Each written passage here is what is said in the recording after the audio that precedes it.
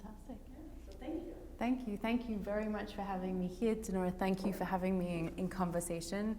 It's beautiful to be amongst your work. I think we'll talk for about 25, 30 minutes, but we also can stop for questions at absolutely any point in time that folks have them. So you can just say them or wave and we'll come to you as well. Dinora, as I was getting ready for tonight's conversation, I was trying to remember, when did we first meet? We are about to have an exhibition of your work at the MFA in November, and I was thinking back, it's part of the SMFA Traveling Fellows exhibition process, and I was thinking back to the very first studio visit that we had, and it must have been maybe this time last year that we met for the first time, maybe a bit earlier actually in the year, because I think it was still a little bit wintry. Yeah. Right, and I came to your studio. We first met by Zoom. Mm-hmm. And then I think I came and saw the work in person, and I was incredibly blown away. And so Dinora is going to be the next SMFA Traveling Fellow exhibitor at the Museum of Fine Arts in November of this year. And so we get the distinct pleasure of getting to see all of the folks who have had traveling fellowships from the SMFA over a 2-year period. Once every 2 years we get a whole list of people. It's usually about 20 folks.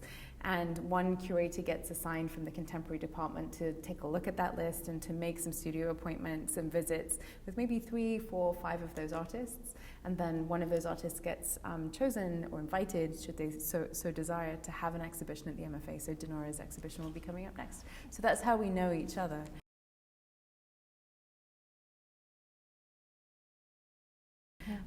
But Dinora, I'm seeing these works here for the very first time. So it's the first time I think I've seen them in a gallery setting. I've gotten to come to your home studio. But can you tell us a little bit about what we're looking at here, what this body of work is for you, how you came to make it, and how long it's taken you, because you are a really painstaking, laborious, process-based painter. Can you tell us a little bit more about how this came to be and how long it has taken to get to this stage? Yeah, so this body of work here is the result of at least 2 years, maybe more like 3 years of work, studio work. I applied for the Traveling Fellowship in 2019, I think, and I was selected to travel to Europe, and that was in 2020. And then COVID hit, and I had an extra year to work on the works that you saw when we first met, which was great for me because I had more time to make more work and better work. So for me, it was very fortunate. But in general, I think the idea of the figure in my painting started in around 2016. Until then, I had been painting landscapes exclusively for almost 20 years, since I graduated from the Art Institute of Boston. And after a certain period, after becoming a mother, my work kind of shifted. I started thinking in more personal terms, my relationship with nature, with plants especially, and my work started to look really strange, where I was sort of projecting my own body and my own identity onto plants, like especially trees. And I worked on that for 2 or 3 years, and then I applied to graduate school with that work. And during graduate school, it came about that I was very interested in patterning and making different patterns onto my landscapes, and they were somewhat surreal. I don't know how else to describe it. That's what people described it for me. Like they're a bit surreal, and there was this very deep personalization or anthropomorphization of the work. And by the end of the 2 years, in conversation with my advisors, we came to the conclusion that I needed to find a method to obtain pattern quicker, because my reviews occurred every 2 weeks and the work wasn't progressing very quickly in 2 weeks. So towards the end of the 2 years, I completed all the work, I graduated, fine, no problems, but in my final review, we finally nailed down what I was going to do. And this came almost like a psychoanalysis with my advisors, like what is what is it with pattern that you really, why are you so connected to pattern? Why do you need to make so many details? And I was just going back in time to first experiences with art. My mom is an artist, and I was always drawing growing up. And I remembered in 4th grade when we made Easter eggs in class, and we just dunked our eggs in a pot of water with some swirling oil paints on top, and I was mesmerized by that. And I thought, you know what, I'm going to try marbling. Because I like those, it's organic, it's natural, it has that fluidity of water. So I immediately, upon graduation, I started signing up for classes, marbling on paper, and doing my own experiments at home because I wanted to work on canvas. And I didn't just want to work making marbled canvases. I was more interested in using that as a jumping point. Where was it in Boston that you learned how to marble? Like, what was that process? Like, so that was in Newton at the New Art Center. Okay. I took a class there with, I forget her name now, but it was marble on paper.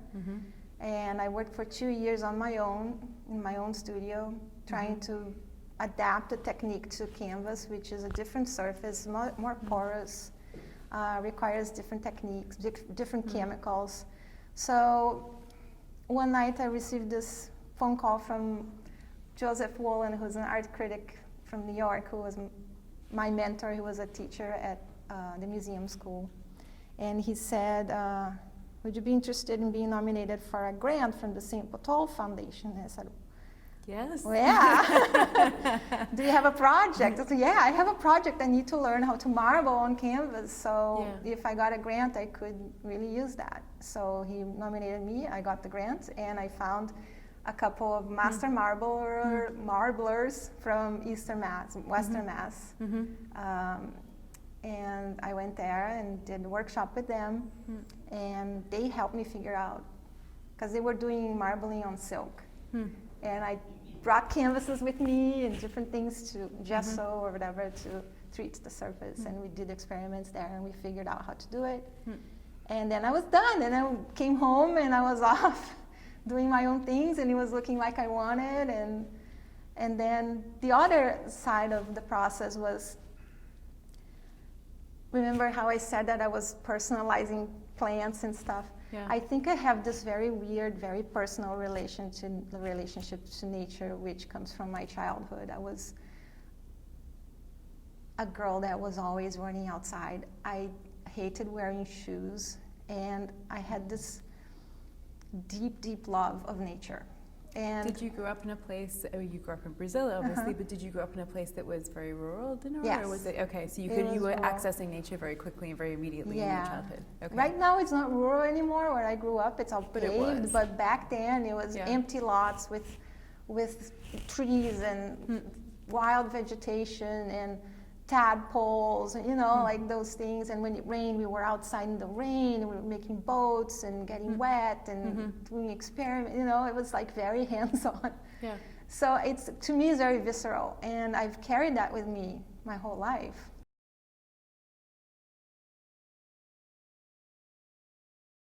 So when you were thinking, you can see the marbling in Dinora's work. If you've been close up or you've wandered around, you'll have seen it already. But you have in these larger works the grid format, because it allows you to marble before you then come to the canvas. When your professor asked you what is it about pattern, what was your answer? Like, when he was really trying to sort of think about, in that psychoanalytic moment, what is it about pattern, what is it about decoration? Because it's that really fascinates me in so many ways in terms of your painting practice, Dinora, because pattern decoration is usually in a three-dimensional object, or marbling as a craft practice, sometimes certainly in books, but it's not something that I've seen used, especially the way you use it in painting. So what was the answer that you gave to him when he asked you that? It was hard, and I don't remember exactly the answer. I don't know if there's an answer. It's something that feels just innate. Yeah. And there's this complexity when you look out at nature, and I was painting forests, very complex environments with shades and different shades of green, and the light hitting certain plants different ways. There's a very complex play on the eye that I try to deal with pattern in my paintings. And marbling to me seemed an exciting way to play with that.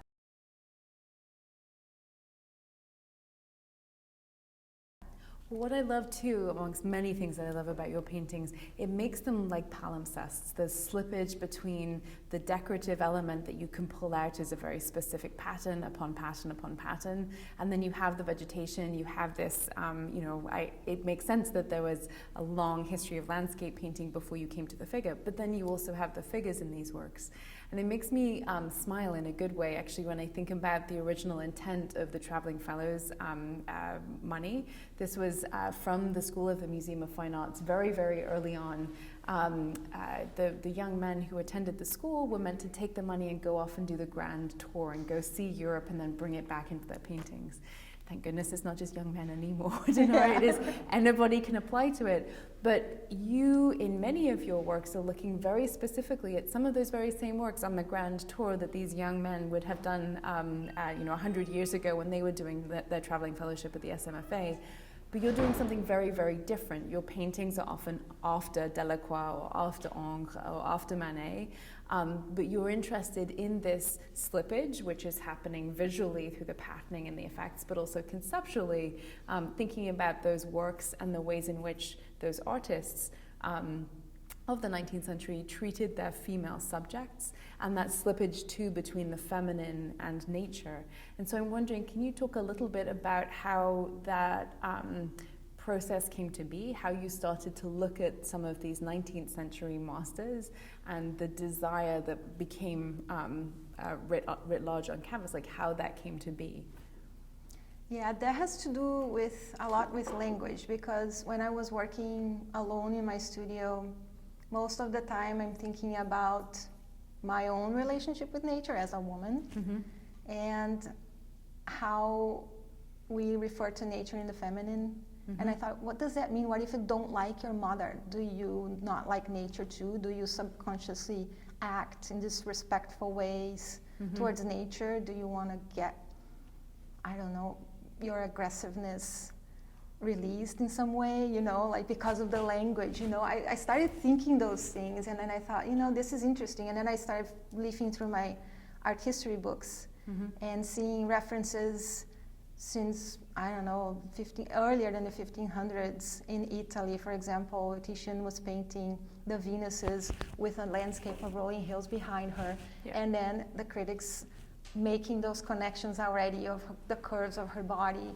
And then if you read a little bit more about that, this is commemorating the conquest of the Kingdom of Venice by whatever other kingdom, it's like this transaction of like land and women, and this idea of possessing land and the body of women, and how, for lack of a better word, the patriarchy, which I refer to as a system, uses those, or articulates those attitudes in the visual arts. And that got me thinking about that. And because I already had that tendency to personalize the figures of trees into my work, I started branching out and putting the figure from art history into my works and creating that dialogue in my own mind.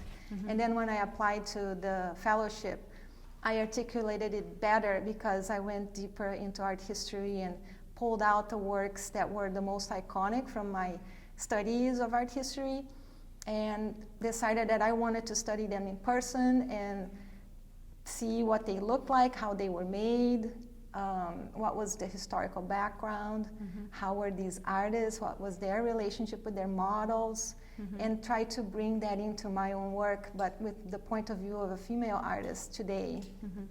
What was the experience like when you were in front of some of these works that you'd considered in the textbook and then you got to see in person? Very different sometimes, and then sometimes not. Sometimes you see something and it's almost as if the textbook picture has come to life. But what did it feel like being in front of these particular paintings and then thinking about bringing that back? Yeah, they all had their own vibes. Like when I saw La Grande Odalisque, I thought it was going to be larger. It's not that big. No, true.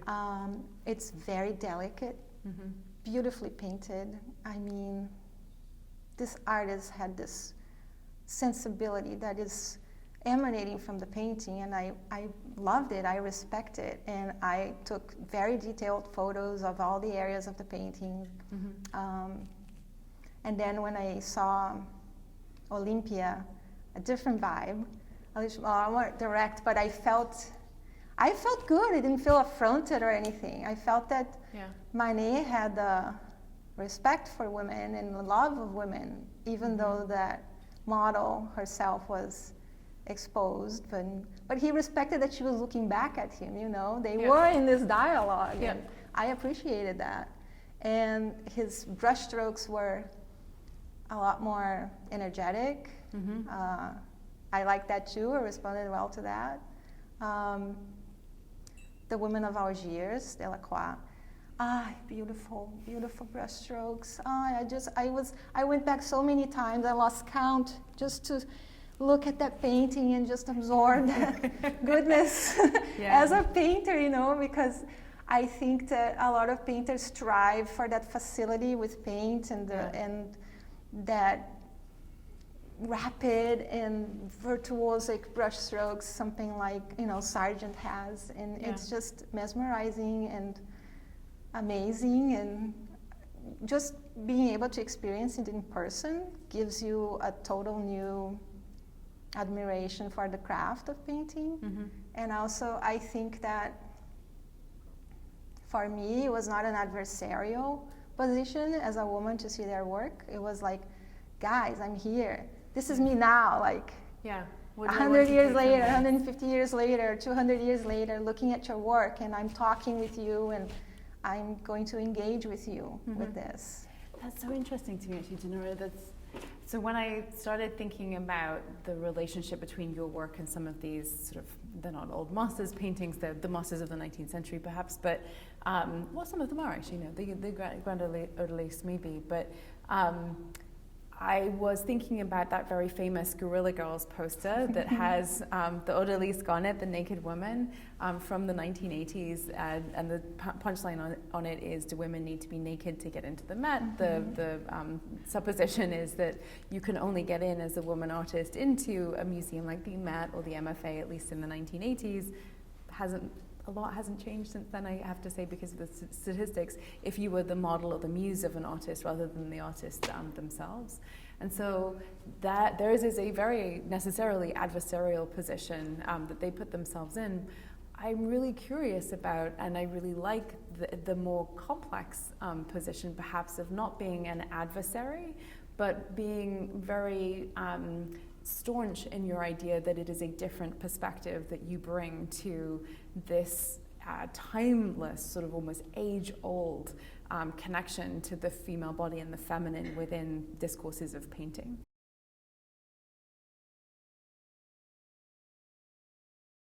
And so I guess one of the questions I have looking at a work like this, for example, you have seen the Women of Algiers, you've looked at Delacroix's work. When you come to plot out your composition in a work like this, what comes first? Obviously the modeling is the sort of baseline of the first layer of the work. But how do you build things up? How do you choose pattern? Like the floral that you have here, or the kind of vegetation or vegetal work that you have here, or the almost batik that you have here. Like, how are these patterns coming to you? How are you bringing them into the composition? How are you building up the work?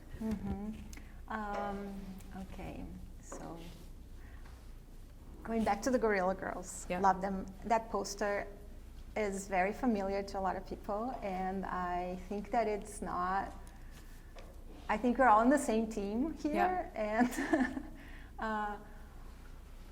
I agree that their point of being the museum not being accessible to women artists is still a problem, and I think that when women artists have access to museums, they never disappoint or rarely disappoint. Their work is usually high quality because we have had to work so hard to get there.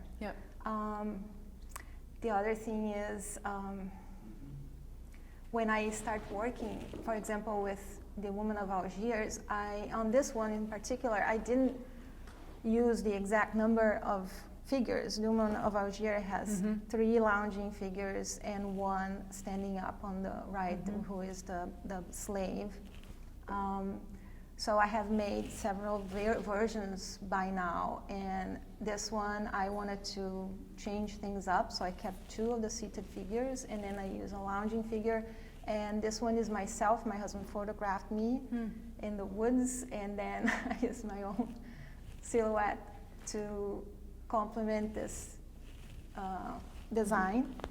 And the thing with the marbling is that because it's the first layer, in my mind it works as the environment.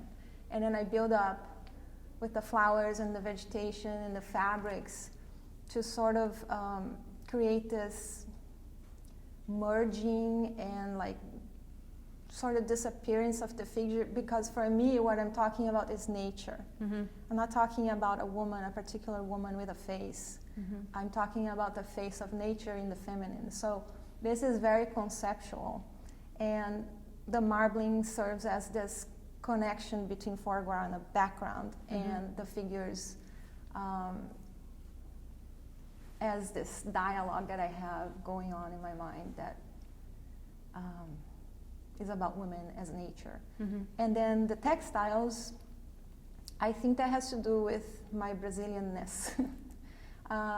I am in love with textiles. I love pattern, I love colors, I love playing with colors and working with colors.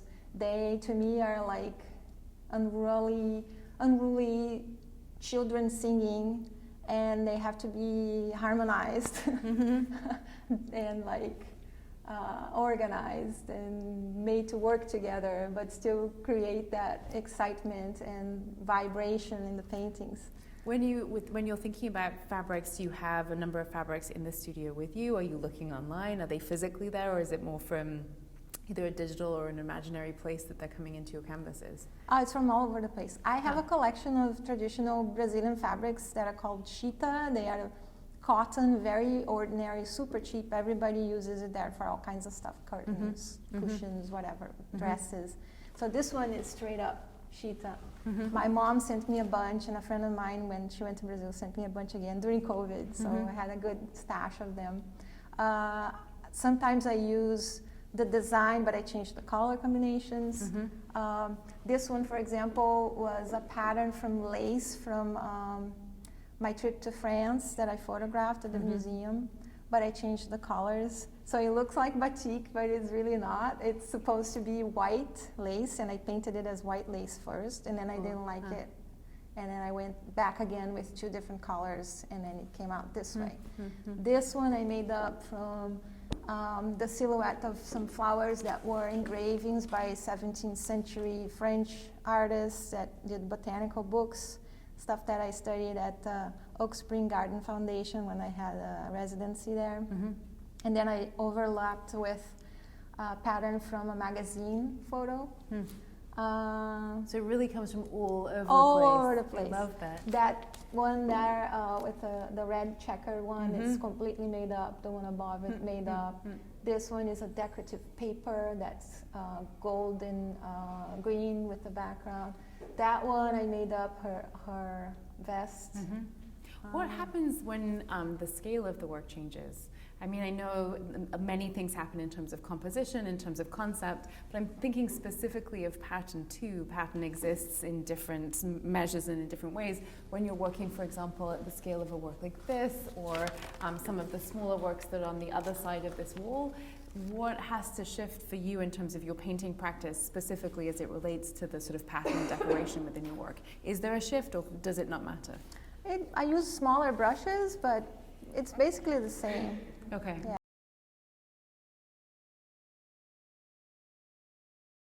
Yeah. One of the other questions I had is a question I've been asking almost every artist that I've met over the last 2 years as I've been doing a project called Craft Schools. And I'm shifting gears a little bit, but I wanted to ask you, who are the teachers that have brought you to your practice, Dinora? Like, who are the people that have been really transformative for you over the arc of your career? Oh, wow, yeah. Okay, so as I mentioned, my mom was an art teacher, and I took classes as a child for many years with Brazilian artists that she paid for from her teacher salary. Wow. I mean, I grew up middle class. My dad was a salesman, my mom was a teacher, so money was, and I had 2 siblings, so money was tight. So it was just huge, and it was very important for me that she did that. Were your siblings also as interested in the arts as you were, No, or is this something that she saw you had? Yeah, okay. Yeah, it was me. My sister is an engineer, my brother is in business. Okay. Yeah, okay. I'm the odd one out.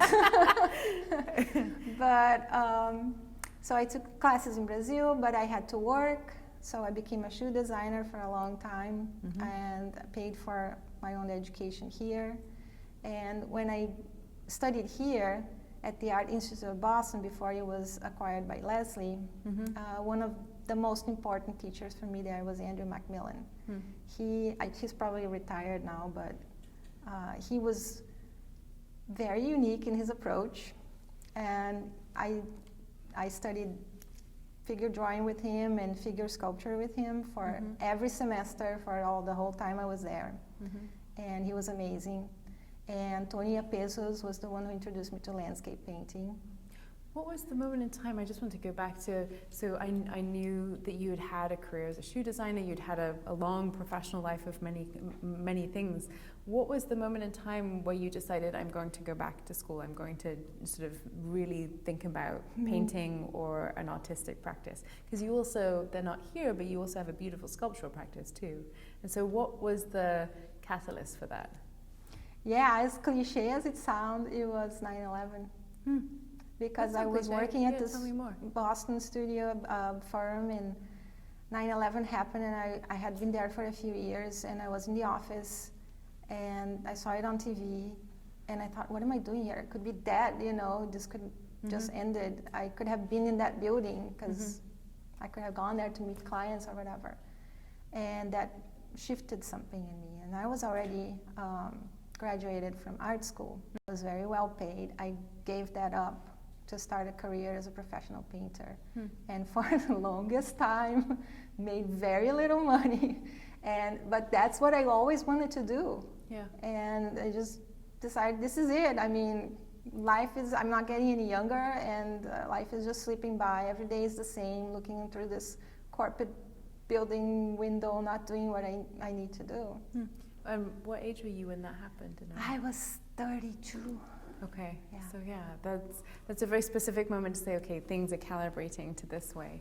I interrupted you though, you were talking about some of your teachers. Were there others you wanted to mention? Yeah, so at undergrad it was those 2, and then at the MFA, SMFA, it was Andrea Champlin, whom I talked about the pattern problem, and Magda Campos Pons, who was an amazing lecturer in contemporary painting. Yeah. And so inspiring, and introduced me to so many amazing artists, especially women artists of color. I think has been such a beacon for women artists and women artists of color. Absolutely. During her time at the SMFA, I know so many people who have said, I'm so grateful that I got to study with her, that she was my teacher. I would not have the clarity I do around my practice or the motivation if it had not been for her. So we were so lucky to have her for so long. Yeah, she's amazing. She was like a hurricane in her lectures. She was just so energetic and so enthusiastic and passionate that it was infectious.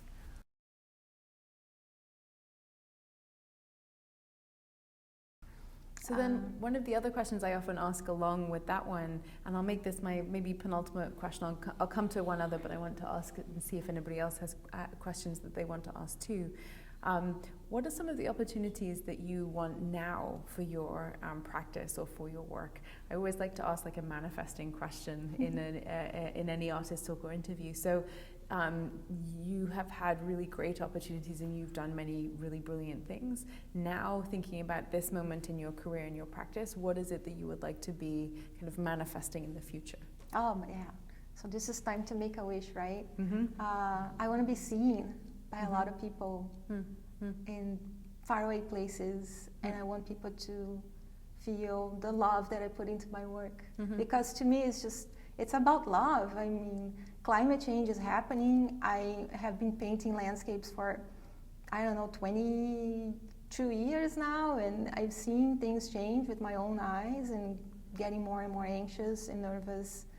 So doing what I can do as an artist is to just manifest this love that I have, that is part of who I am, and hope that it will touch people in a certain way and maybe change the dialogue. And just pointing out this connection of misogyny with what we do to the planet, I think is very important to start that conversation. Not start, but continue that conversation. And just I'm be excited seen. to have some of those conversations when we have your work at the MFA. I think it's a topic that will really, really resonate with audiences. But I like also, certainly that is a being seen here in the city, but I also love the idea of your work going into many, many other places, so I'll manifest that too.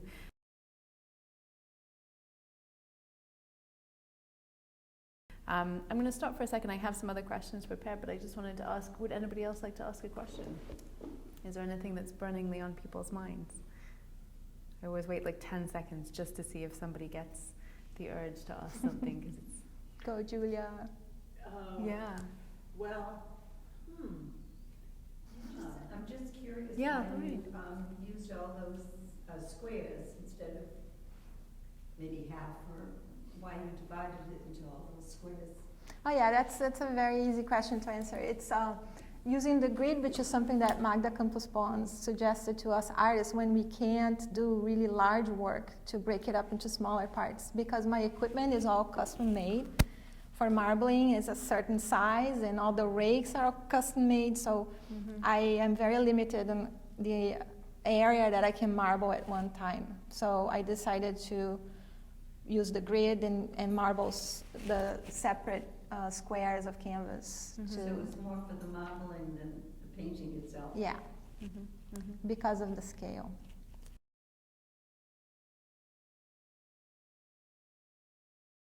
I had two questions. One you kind of already answered, because I wondered why there weren't faces, but it's not important for you to show a specific person. It's more women in nature, and the figure of a woman is what's important. But I also was wondering about your technique, because you comment that it's acrylic and oil, and I wonder how you combine that in your work. Oh yeah, so the area that is marble is all in acrylics.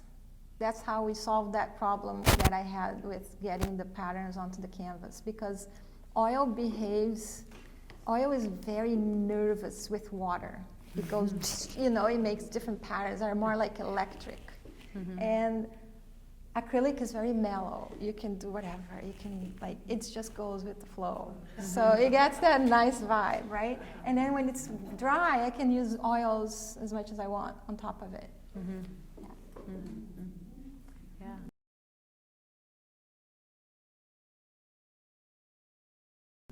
Hi, Dinora. I'd love to know about the flowers. What's your feeling in your relationship with flowers? There's so many of them. I see them in different degrees of abstraction, and I guess I would say she adores them. But they're distinctly different than landscape. They're the decoration or the jewelry of the earth, and Yeah, about the right. importance. Was it Emerson that said the earth? No, it was Blake. The earth laughs in flowers. I did not know that, but I love Yeah. that. Great, I'm writing that I one love down. that. And I mean, obviously love flowers, and maybe that's my Brazilianness speaking. Brazil has brilliant flowers everywhere all the time, all year long, so it's part of growing up there, I guess. And these flowers, the dahlias, are from my neighborhood. Like, I walk my dog around, and there are lots of gardeners, and in the summer all the flowers are in bloom, and I photograph all of them and use them in my paintings, so there's an element of the local in my paintings. And also on the top there, the orchids. They are from an exhibition of orchids that I saw in Paris when I went to Europe for the SMFA Traveling Fellowship. Because COVID was hitting Europe then, the museums were opening or closing haphazardly, and I had to have plans to do other things because I had a limited time there. Yep. So one of those days, my plans fell through, and I decided to go explore the botanical gardens. I took the train there, took an hour and a half on the metro to go from one end of the city to the other, and they had this amazing exhibition, and I don't know, I think, in my opinion, everything the French do is beautiful. And they arranged those orchids in this greenhouse with all the jungle plants, like, and it was very naturalistic and with great artistic eye, like for color, and you know, and I started photographing, like I can see my women already there, you know, like totally like picturing it already. It's like, this is awesome. And then, so they are in a lot of my paintings, the orchids. So they're completely a product of that grant.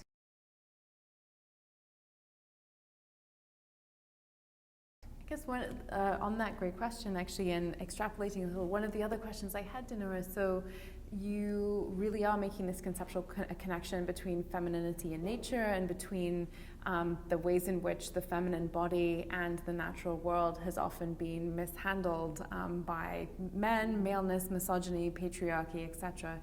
Are there writers or thinkers or even other artists who have sort of informed your thinking around that? Are there books that you go to, or are there places of knowledge or reference or research that you're looking at when you're thinking about those kinds of concepts? Yeah.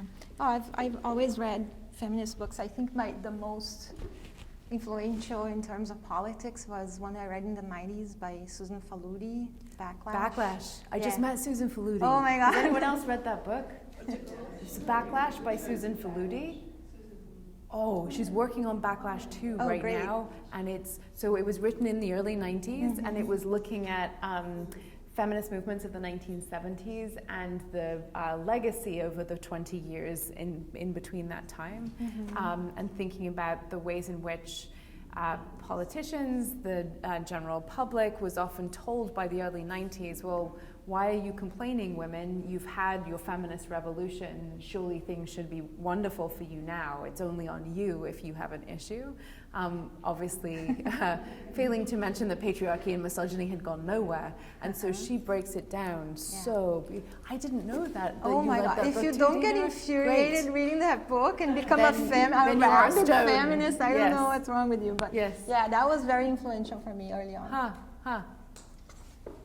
And then reading Susan Sontag, who is amazing, articulate, makes so many interesting connections in her criticism of movies or literature.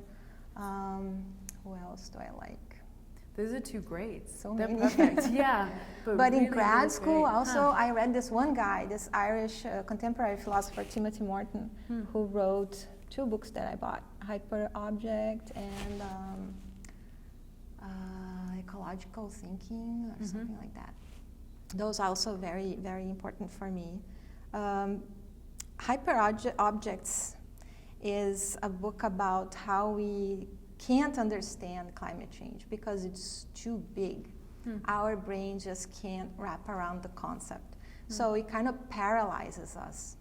And for me, just realizing that made me think that, all right, I think the best thing to do as an artist who's worried about stuff like that, big problems like that, is to do my part, which for me comes naturally. I just do what I love, and do what I love and paint what I love is my North Star. It has to be like that, because otherwise going to the studio is an ordeal. Because painting is very difficult. It's not really fun. Marbling is fun. Painting is not fun. Painting is kind of a very difficult puzzle that you have to solve, that you created yourself, and you're in there and you're totally involved with it. It's your own fault, and you have to get out. And it has to work. Yeah. Sounds like a really terrifying Rubik's Cube. That's how I feel. But I know what you mean. Like I feel the same time with writing at times, where I say yes to writing something, or I think I want to write X, and then you have to put all of the pieces together, and it comes together in little vignettes, and then you find the connective tissue, and then you edit through, and you edit again and again and again, and finally you have something that you can read from beginning to end, but you're still not sure if you love it. And some things you really do love, and then other times you're like, oh, I wish I'd never written that. And then sometimes you go back and you're like, why? Oh my God. Yeah. Totally. So the thing is, to me, the guiding principle is I have to love what I'm painting, because that's the only way I'm not going to avoid going to the studio, because it's what I do. I have to go to the studio. I have to make it. And at the same time, I kind of love it.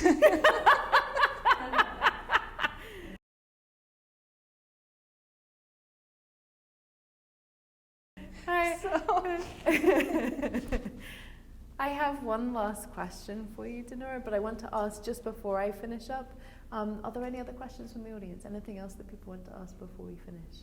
Yeah. Just a quick one. So attitudinally speaking, do you consciously balance the, for lack of a better word, the heaviness or pessimism of the rape of the land and misogyny towards women in the crisis of climate change with the incredible joy of color and your adoration of flowers and the celebration of fabrics and your discussion, which is full of joy about Paris and the orchids? Is this an attitudinal shift to reach a kind of middle ground, which goes back to Blake and his poem, "This world is made of joy and woe, and in this we truly know.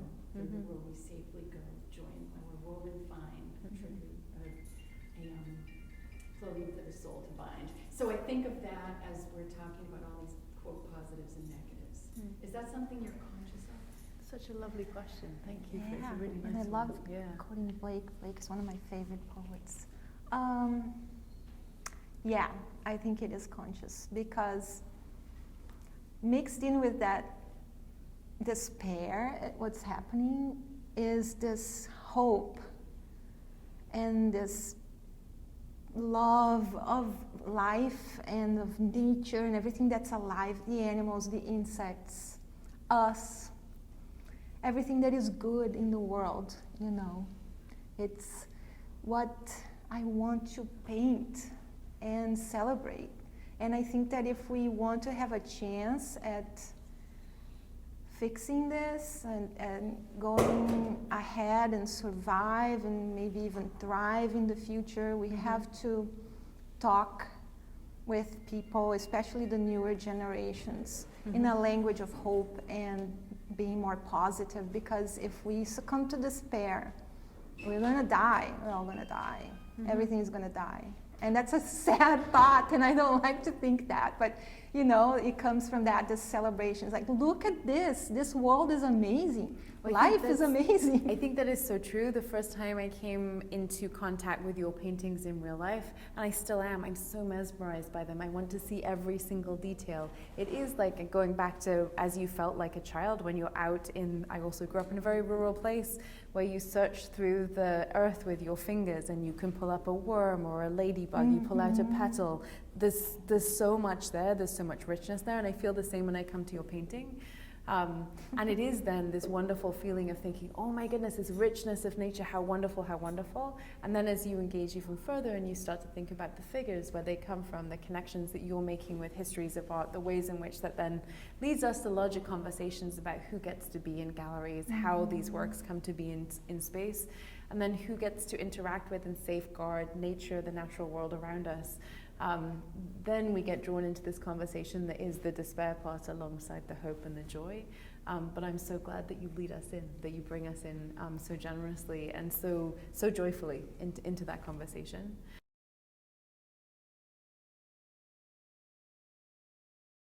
I said I had one more question, and I wanted to ask, I don't know if your mum is still with us, Dinora, but what does she think about your paintings now? She loves them. She was the person who really it was the very beginning of the arc of your artistic career, and so, and what did they like in comparison with the kinds of work that she made? Her work has changed over the years.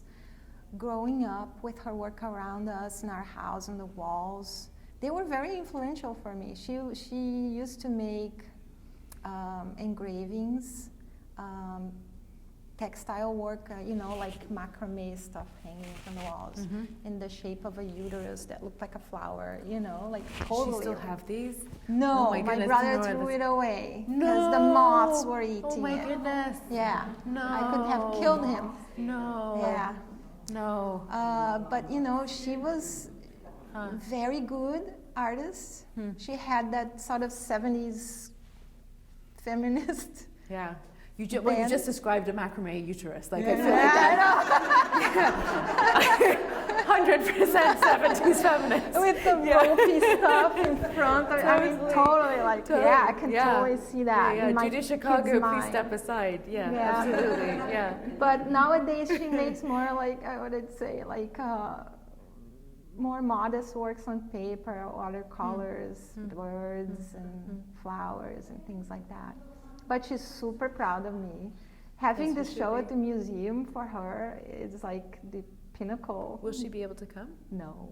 Yeah, I was okay. Yeah, We she will had a send her very stroke good last year pictures. and she's in a wheelchair, so she won't be able to come. We will get great documentation, so she Yeah. will be able to see it that way for sure. Yeah. Well, I think this is a really lovely place.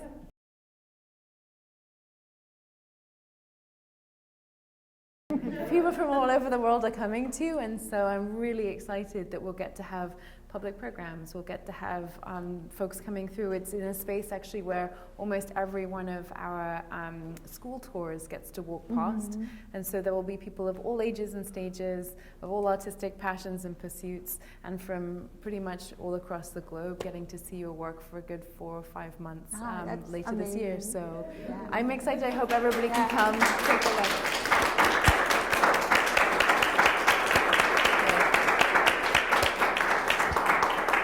Congratulations. Thank you. No, thank you. Thank you for having me in conversation. Thank you.